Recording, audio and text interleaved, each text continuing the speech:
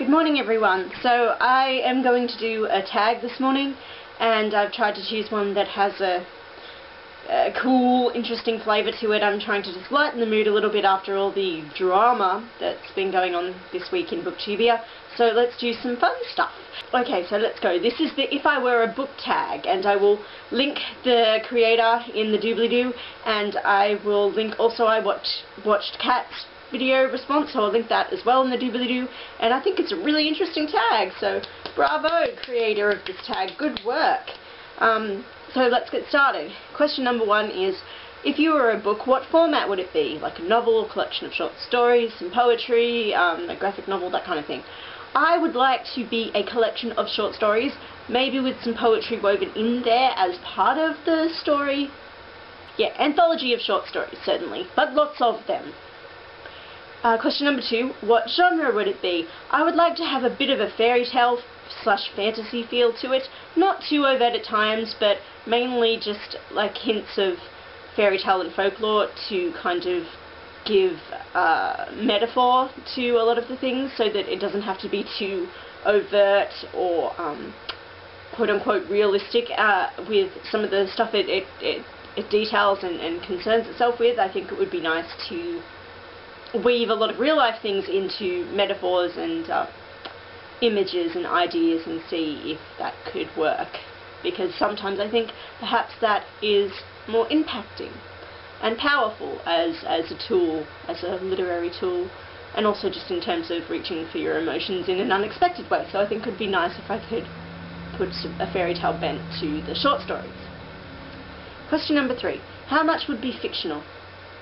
Ideally, I mean, everything would have, if not all of the elements of the truth, there'd certainly be the grain of truth behind every story. I think that would be essential, obviously, because you're talking about your own life. But as I said, I'd like to take a lot of things and put them into metaphors and such, so and into to character types and archetypes and things, so that it wouldn't be too exposing, I suppose, and it could be woven in a slightly more subtle way, I think. But ideally, you know, the truth would always be there in all of the stories. It's like little vignettes of your life, of my life. Question number 4.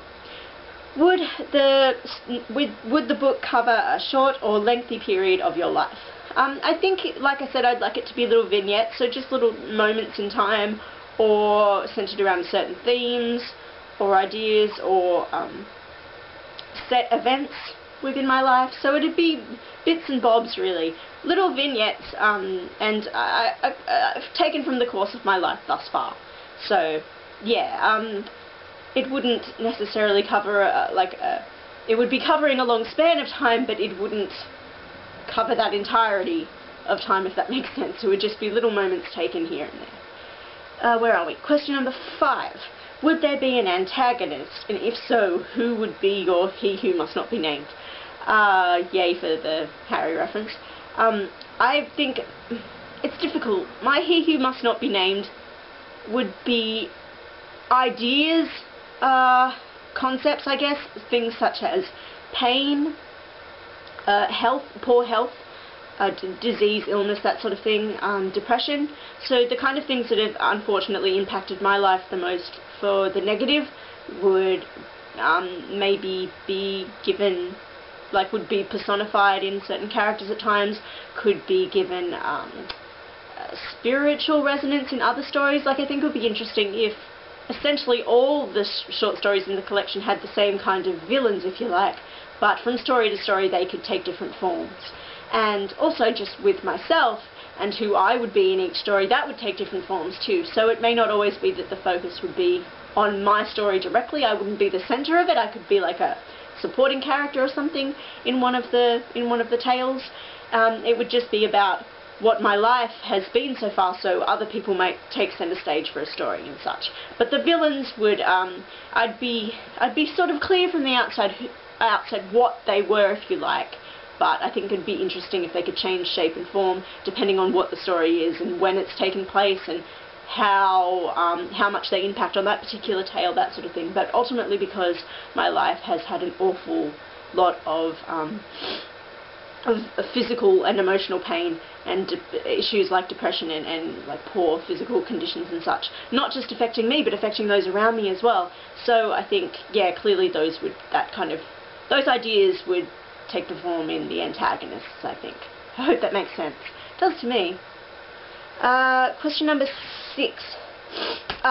What world would you live in? Would it be this world, or an established fictional universe, one that you made up? I think it would be sort of one that I made up, if I could. This is like assuming I have the talent to write all of this, which I don't. So, but yeah, I think it would be a fictional universe with a fairy tale feel. And again, what I was about to say, all the questions, I'm preempting all the other questions in this. So, okay, the next question is number 7, and it is, what era would you live in? And I think it would kind of be in between things, like the anachronistic idea of it's just an alternate universe, I suppose, where there's no real set time period, so it's got elements of modern day and ye olde times, and just any era, any century, any time period woven in together as only a fairy tale can do. I mean, often fairy tales have a feel of medieval time or the Dark Ages, or any, like, you know, often you can sort of roughly place them in a set period in history, but I think I would like to have just a mishmash of stuff going on so that I wouldn't feel constricted in what I could include and what I could use within the story and what the settings could be. So I'd like, yeah, mishmash of anachronistic glory would probably be the most beneficial, so you wouldn't be able to really pinpoint a time and place too much. Where are we? Question number 8. That's 8. Would your book be linear, reverse chronology, or anarchic in terms of its structure? I think anarchic's the best way to roll. I mean, perhaps I'd give it a really, really loose, abstract structure of perhaps some slight chronology, but I wouldn't want it to necessarily go from point A to B to C. I think it should have the freedom to wander around a bit. Maybe I'd structure it by theme or idea, or like a set event linking to other things, or a stream of consciousness. I'm not sure. I'd like to have some freedom in it. I don't think it necessarily has to be in chronological order for people to get the idea that it's, you know, a sort of biographical tale. Yeah, I think a looser structure would be more fun. Question number 9. What would be the main plot twist? Honestly, I'm not really sure.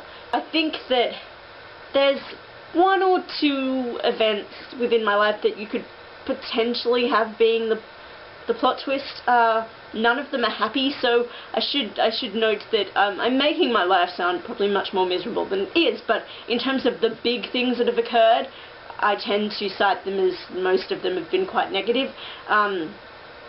So, and just in terms of dramatic weight, I think I can't really think of anything that's been all that positive that has enough resonance and is exciting enough that it could be used as the plot twist. So yeah, there's 1 or 2 things that I might be able to incorporate, but ultimately, because it is a collection of short stories, you have the freedom of just picking little moments that can be the climax of each tale, and then you can have I'd have to have an overall notion that would be linking them together, I guess, and bringing it all to a conclusion. But yeah, it's the freedom afforded by having the short stories, I think. This has been a very interesting tag to do and to think about. Yeah, I don't know, I would certainly never write any of this stuff down, but it was certainly enjoyable to have a ponder about and get your brain working in that area. So, really cool tag. So I'm going to think of lots of folks and link you all in the doobly-doo and have a go, because it's really interesting. And yeah, worthwhile little tag. So thanks, and I'll see you later.